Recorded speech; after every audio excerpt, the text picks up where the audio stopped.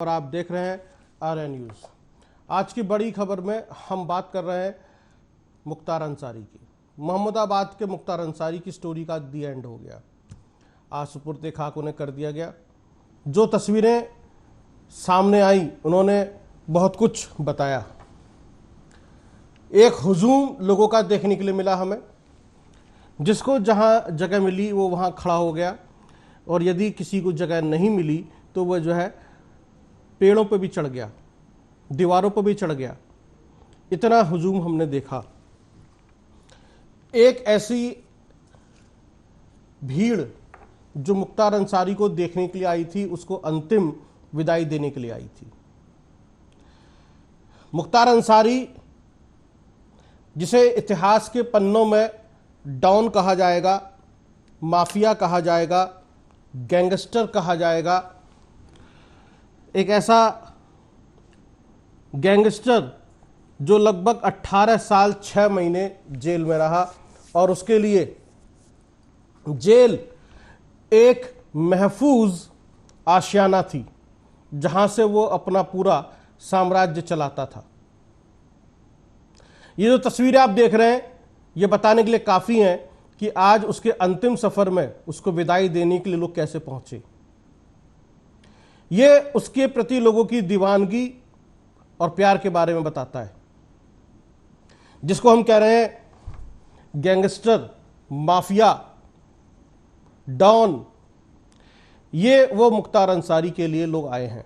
उस मुख्तार अंसारी के लिए, मुख्तार अंसारी का जो परिवार है वो वैसे एक बहुत सम्मानित परिवार है।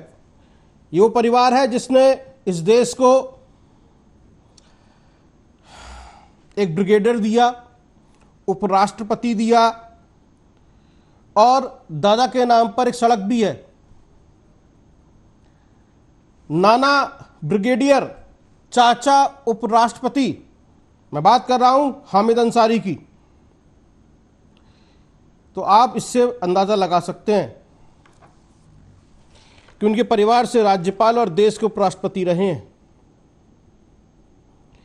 तो आप कैसे आखिरकार मुख्तार अंसारी डॉन बना या गैंगस्टर बना, उसकी एक लंबी कहानी है। पूर्वांचल के अपराध की दुनिया की एक बड़ी और लंबी कहानी है। देश के स्वतंत्रता आंदोलन में मुख्तार के परिवार ने एक बहुत बड़ी भूमिका निभाई। भारत को मोहम्मद हामिद अंसारी के रूप में उपराष्ट्रपति दिया, शौकत उल्ला अंसारी के रूप में ओडिशा का एक राज्यपाल, और न्यायमूर्ति आसिफ अंसारी के रूप में इलाहाबाद हाई कोर्ट का एक जज दिया। यही वजह है कि आज भी गाजीपुर में मुख्तार अंसारी के परिवार का सम्मान कायम है।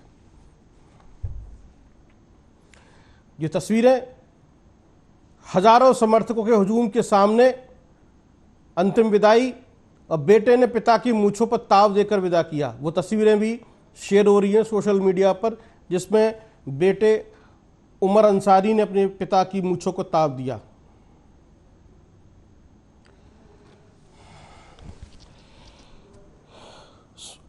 सुभानुल्लाह अंसारी और मां बेगम राबिया के बेटे मुख्तार अंसारी इस दुनिया से चले गए।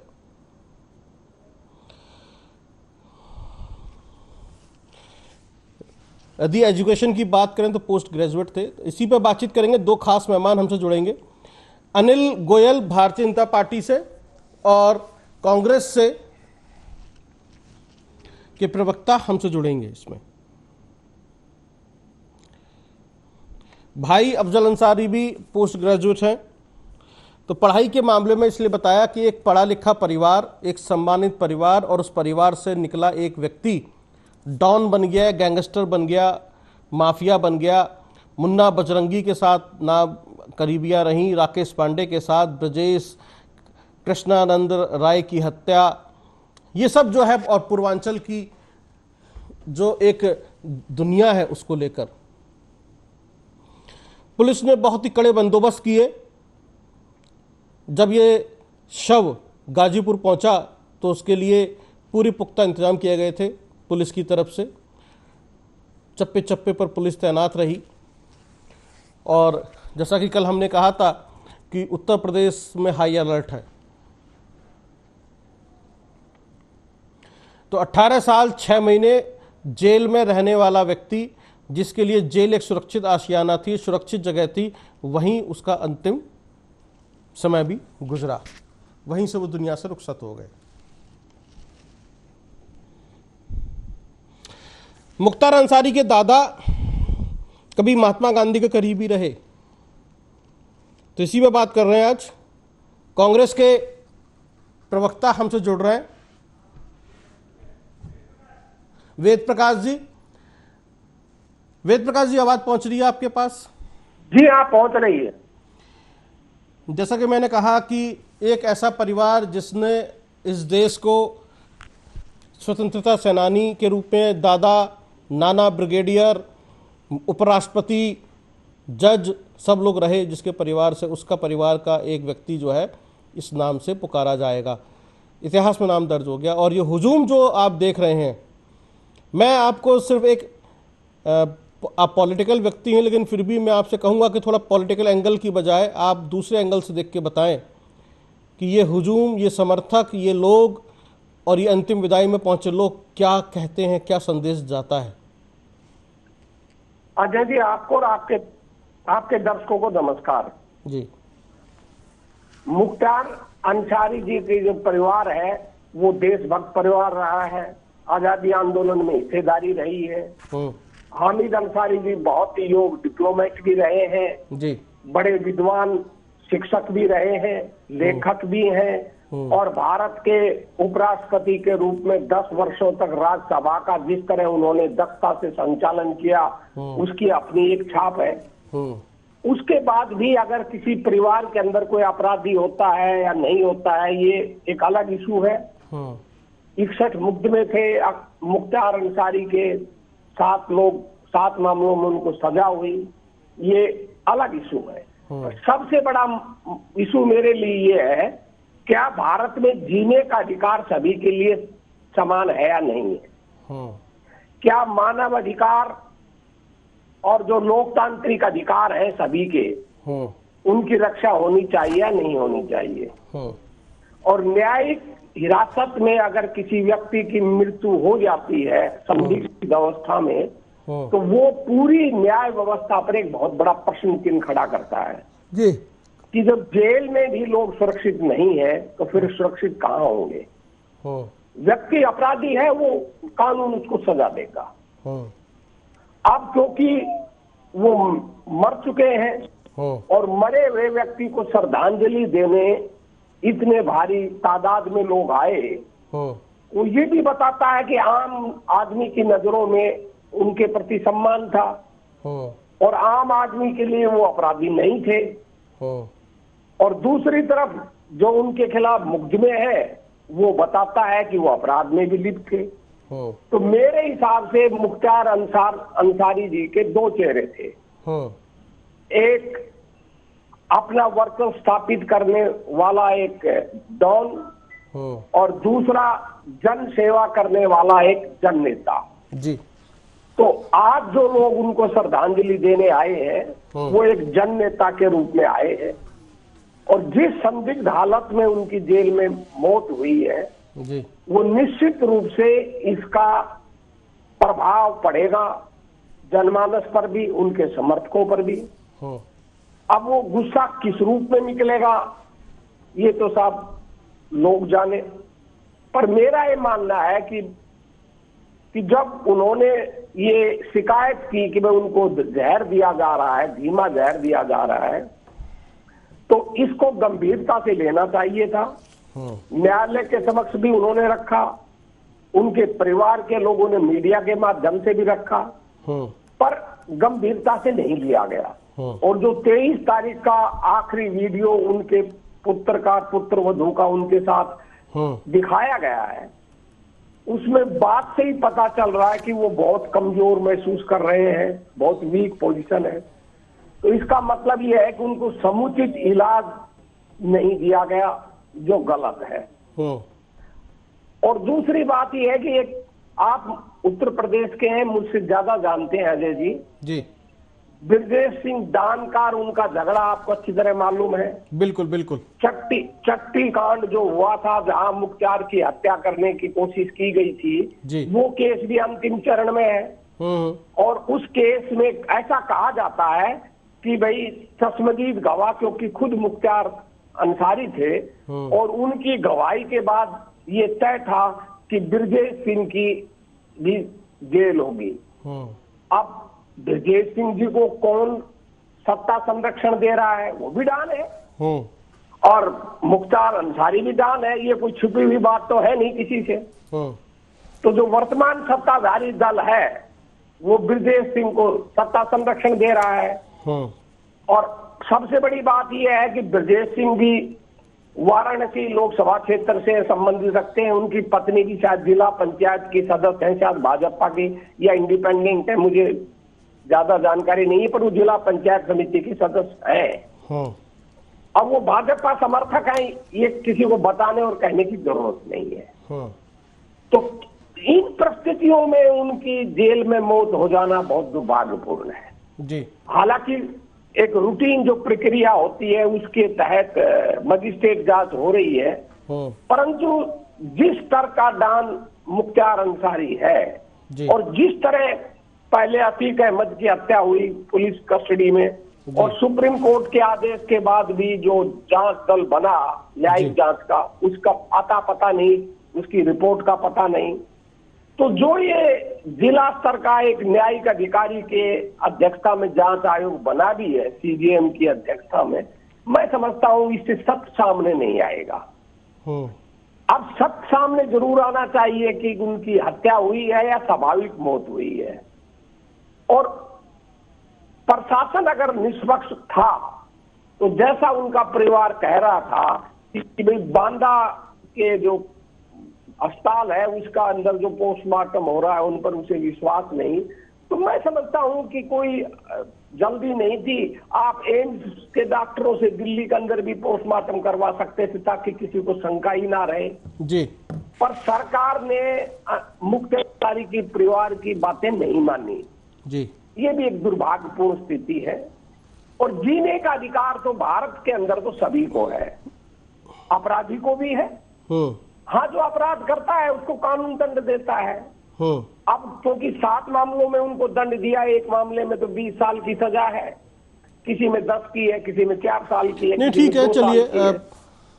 लेकिन हाँ, ये जो आपने बात कही कि एक जननेता के रूप में लोगों का हुजूम ये बता रहा है, उनकी लोकप्रियता के बारे में बता रहा है, और जो सवाल खड़े हुए हैं वो तो खैर उसके जवाब ढूंढे जाएंगे और ये हमेशा चर्चा का विषय रहेगा। धीमे जहर का जो एक शक था, है ना, तो वो तो रहेगी बात। तो खैर फिर भी आप ये कह रहे हैं कि शंका मिटाना भी तो सरकार का ही काम है ना जी। भारत एक लोकतांत्रिक देश है, कोई बनाना रिपब्लिक नहीं है। पर उत्तर प्रदेश में जिस तरह पुलिस एनकाउंटर कर रही है और पुलिस कस्टडी में जिस तरह लोग मारे जा रहे हैं, चाहे अतीक अहमद था, चाहे विकास दुबे था या बाबू बजरंगी था जो जेल में ही मरा है, ये लोकतांत्रिक व्यवस्था के लिए कोई अच्छी बात नहीं है। आप ये कहकर उनकी मौत को या उनकी हत्या को जायज नहीं ठहरा सकते, एनकाउंटर को, कि वो अपराधी थे। वो अपराधी थे तो भारत के अंदर अपराधियों को सजा देने का काम किसी भी सरकार या पुलिस का नहीं है। भारत की प्रशंसा दुनिया में, भारत की न्याय व्यवस्था की, भारत की लोकतंत्र की प्रतिष्ठा इसीलिए तो है कि यहाँ हरेक को अपनी बात कहने का, न्याय प्राप्त करने का समान हक है। पर पिछले 10 वर्षों से जिस तरह का घटना चक्कर हो रहा है वो कोई भारत के लोकतंत्र के लिए कोई अच्छी बात नहीं है। हमने इस मुद्दे को उठाया है कि भारत के लोकतंत्र के लिए ऐसी व्यवस्था ठीक नहीं है, ऐसी हालात ठीक नहीं है। अब जो स्थिति है, आपने एक बहुत बड़ी बात कही है कि ये गुस्सा किस रूप में निकलेगा। एक वाक्य आपने सेंटेंस इस्तेमाल किया मुख्तार अंसारी के लिए, मैं थोड़ा इसको और समझना चाह रहा हूँ। वो सर मैंने इसलिए किया है कि लोकसभा चुनाव भी हो रहा है ना साथ ही जी। ये संयोग है कि भाई उनकी हत्या के उस दौर में हो रही है जब आचार संहिता लग चुकी है, लोकसभा चुनाव की अधिसूचना जारी हो चुकी है और उत्तर प्रदेश में 19 अप्रैल से पहले चरण का मतदान भी है जी। तो मैंने उस संदर्भ में कहा है कि भाई जो लोकप्रिय नेता होगा, जनता को अगर कोई आक्रोश है तो वो वोट की चोट से अपना गुस्सा निकालेगा या नहीं निकालेगा, ये तो सब जनता ही बताएगी। बिल्कुल सही बात।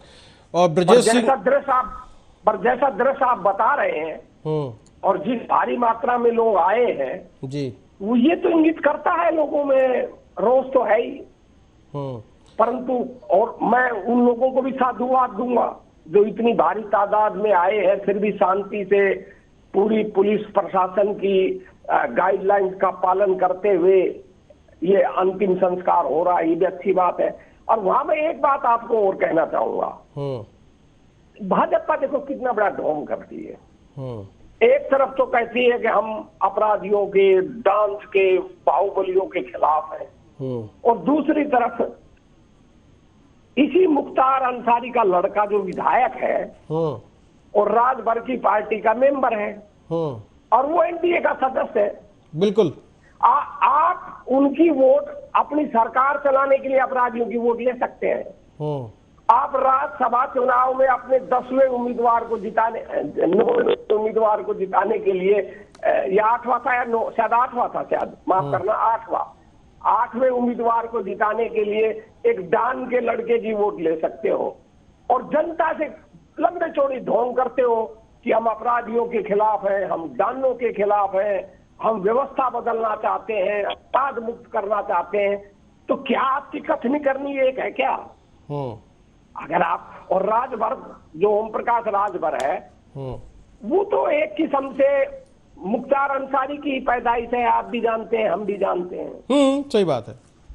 हाँ, तो ये दोहरे मापदंड भी है, ये ठगी क्यों करते हैं फिर जनता के साथ आप? देखिए, मापदंड दोहरा चरित्र क्यों दिखाते हो? नहीं सही बात है। अगर आप अपराधियों के खिलाफ है तो अपराधियों से किसी भी तरह का आपको सहयोग भी नहीं लेना चाहिए। नहीं, ठीक है, आपका सवाल, आप सवाल उठा रहे हैं, ठीक है। अब डेमोक्रेसी में सभी को सवाल पूछने का अधिकार है और कहने का अधिकार है, और सवाल जो है जिनसे आप पूछ रहे हैं वो सुन भी रहे हैं, ऐसी बात नहीं है। हमारे चैनल के माध्यम से वहाँ तक आपकी आवाज़ पहुँच भी रही है। और लेकिन जो फिर भी एक युग का अंत तो हो गया, एक अपराध की दुनिया का एक अध्याय समाप्त हो गया। अपराध और राजनीति के गठजोड़ का भी एक चैप्टर खत्म हो गया, अध्याय, एक युग समाप्त। ये राजनीति का एक जोड़ खत्म हुआ, दूसरा शुरू हो जाएगा। अब आप इसका दूसरा पक्ष भी देखिए। मुख्तार अंसारी के मरने से ब्रजेश जान मजबूत हो जाएगा। अभी तक जो सरकारी ठेके जिस तरह के होते थे, वो बंदूक के दम पर, डर के दम पर मुख्तार अंसारी उनके लोग लेते थे, अब ब्रजेश सिंह के लोग ले लेंगे। तो कोई फर्क नहीं पड़ने वाला जब तक आपकी सोच और कथनी करनी में एकता नहीं होगी। एक डान खत्म हो गया, अब दूसरे डान का वर्चस्व हो जाएगा, अब ब्रजेश सिंह का वर्चस्व हो जाएगा। ये तो मैं गलत कह रहा हूं तो आप बता दीजिए मुझे। नहीं, देखिए, सरकार भी इस बार आपकी बात सुन रही होगी और हम आर्या चैनल के माध्यम से आपकी बात सरकार तक पहुंचा रहे हैं कि जैसा आप कह रहे हैं कि ब्रजेश सिंह को बारे में सोचे सरकार कि यदि ऐसा है, क्योंकि यदि विपक्ष इस तरह के सवाल उठा रहा है कि अब इससे ताकत मिलेगी ब्रजेश सिंह को और उससे लॉ एंड ऑर्डर पर कुछ फर्क पड़ेगा, तो इस पर भी सरकार को सोचना चाहिए। बिल्कुल ऐसी बात नहीं, सरकार अपना काम करेगी इसके बारे में भी। आपका धन्यवाद। नहीं, बिल्कुल, देखिए, सरकार अपना काम करेगी, हम यही नहीं सर, मैं नहीं कह रहा काम करेगी या नहीं करेगी, मैं कोई इस समय कोई आरोप नहीं लगा रहा। मैंने जो भी बातें आपके सामने रखी हैं, अगर वो तथ्यात्मक रूप से गलत है तो मैं आपके सामने माफी मांगने को तैयार हूं। नहीं, चलिए ठीक है, आपने जो कहा, हम दूसरी बात कर लेते हैं। लोकसभा चुनाव है, गुस्सा निकलेगा जैसे कह रहे थे, तो शायद इसी गुस्से को कैश करना चाहते थे अखिलेश यादव या फिर स्वामी प्रसाद मौर्य या बहन जी मायावती की भाई उच्च स्तरीय जांच हो, या जिस तरह से उन्होंने कहा अखिलेश यादव ने। आप सपा तो आपके इंडिया गठबंधन में का है ही हिस्सा इस वक्त लोकसभा चुनाव में। और देखिए, अजय राय ने एक लंबी लड़ाई लड़ी मुख्तार के खिलाफ, तो आप लोगों के लिए बड़ी स्थिति वैसी हो गई। देखिए, नहीं, अजय राय जी का आपने वक्तव्य सुना होगा। अजय राय जी के बड़े भाई अवधेश जी की भी हत्या मुख्तार अंसारी ने की थी। उन्होंने क्या कहा? उन्होंने कहा जब एक व्यक्ति मर गया तो उसके ऊपर जो खुशी मनाते हैं या उसकी मौत पर खुश हो रहे हैं, वो इंसानियत का धर्म नहीं है, भारतीय संस्कृति का धर्म नहीं है। क्योंकि कुछ लोग खुलेआम मीडिया में बयान दे रहे हैं और राष्ट्रीय मीडिया, मैं नाम नहीं लूंगा किसी का जी, राष्ट्रीय मीडिया उन बयानों को महिमा मंडित कर रहा है कि खुशी हो रही है, मिठाई बांटी जा रही है, काशी विश्वनाथ मंदिर के दर्शन किए जा रहे हैं। मौत चाहे किसी अपराधी की हो या किसी और की हो, मौत के बाद कम से कम इंसानियत नहीं कहती जी। और जहां तक आपने कहा राजनीतिक लाभ का, नाम लिया आपने अखिलेश जी का, मायावती जी का, मौर्य जी का जी। अब आप मुझे बताइए, ध्रुवीकरण की राजनीति उत्तर प्रदेश में कौन कर रहा है? भगवान राम का मंदिर बन गया सुप्रीम कोर्ट के आदेश से, अच्छी बात है। क्या किसी ने, जब भगवान राम के मंदिर के बनाने का आदेश सुप्रीम कोर्ट से आया, देश में कहीं किसी ने विरोध किया था? किसी भी राजनीतिक दल ने जी। कहीं कोई प्रदर्शन हुआ था? हाँ ठीक है, किसी ने अपनी बात कही होगी कि हमारे साथ न्याय नहीं हुआ, वो एक अलग इशू है, पर किसी ने कोई विरोध नहीं किया। भगवान राम का मंदिर बन गया, भगवान राम सबके हैं और भाजपा भगवान राम के नाम से वो जो वोट मांगती है, तो ध्रुवीकरण की राजनीति नहीं तो और क्या है? बिल्कुल सही बात है। और आप थोड़ा गहराई से देखेंगे जी। मुझे माफ करना, इस समय मुझे ये बात कहनी नहीं चाहिए थी। अतीक अहमद की हत्या और मुख्तार अंसारी की हत्या, वो भी पुलिस कस्टडी में, क्या ये ध्रुवीकरण की राजनीति नहीं है क्या? चलो अतीक अहमद को, मुख्तार अंसारी पर तो शंका है अभी कि वो जहर दिया था या नहीं दिया था, ये तो जांच का विषय है। परंतु अतीक अहमद की तो हत्या आपके सामने पुलिस की मौजूदगी में हुई थी, जानबूझकर करवाई गई हत्या थी। इसमें आधी रात को 4 पुलिस वाले लेकर जाते हैं, 2-3 लोग आते हैं और उसकी हत्या कर चले जाते हैं और दूसरे किसी गोली तक नहीं मारते हैं और पुलिस की एक राइफल तक नहीं उठती।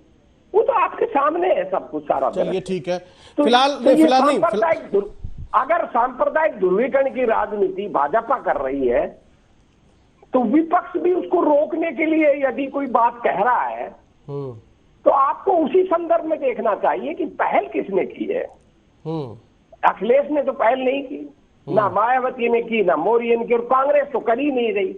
हमारे अजय राय जी जो हमारे अध्यक्ष है वाराणसी जो चुनाव लड़ रहे हैं मोदी जी के खिलाफ, उनका एक शब्द बता दीजिए जो ध्रुवीकरण की राजनीति का हो या कोई मानवता के खिलाफ हो। हम तो अपनी ही कह सकते हैं ना जी। अब दूसरे बेशक इंडिया गठबंधन के हमारे साथी हैं, पर उनके हर क्रियाकलाप के न हम जिम्मेदार हैं और न हमारे हर क्रियाकलाप के वो जिम्मेदार हैं।